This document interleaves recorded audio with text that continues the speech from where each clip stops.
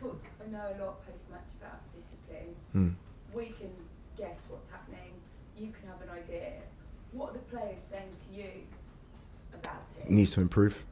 It needs to improve. Who's going to take that responsibility? Does that almost have to come from them when you go back and look at some of them? Yeah, my job is to create a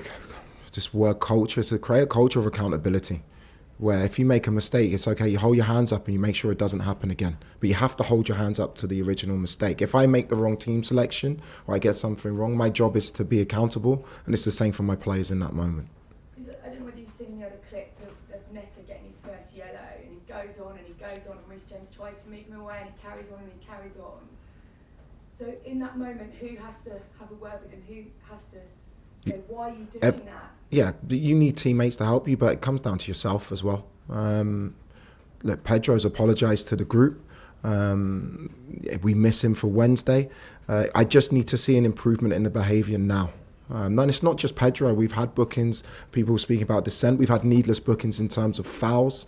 If we are to improve and get to where we want to be, we have to make a conscious step now to make sure it doesn't happen again. One more indiscipline. It won't be the last of the press conference, so it's all good, absolutely fine. Because you mentioned dissent, and you look at the players that have got yellow cards from dissent, and since August 2023, Enzo Fernandez has got 12 yellows. He's your vice captain.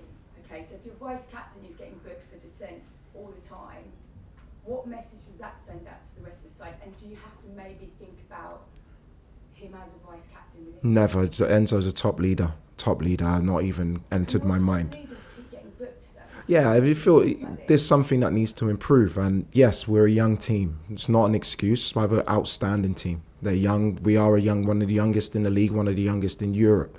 The beautiful thing about having a young team is sometimes you need to go through experiences to improve. This is a massive learning experience for my group. I do not want it to be a learning experience where we fail in what we want to achieve, but these setbacks that we are having, we have to learn from, because if we do learn from them, we've proven, even in my short time here, that we can be an elite team for a long time.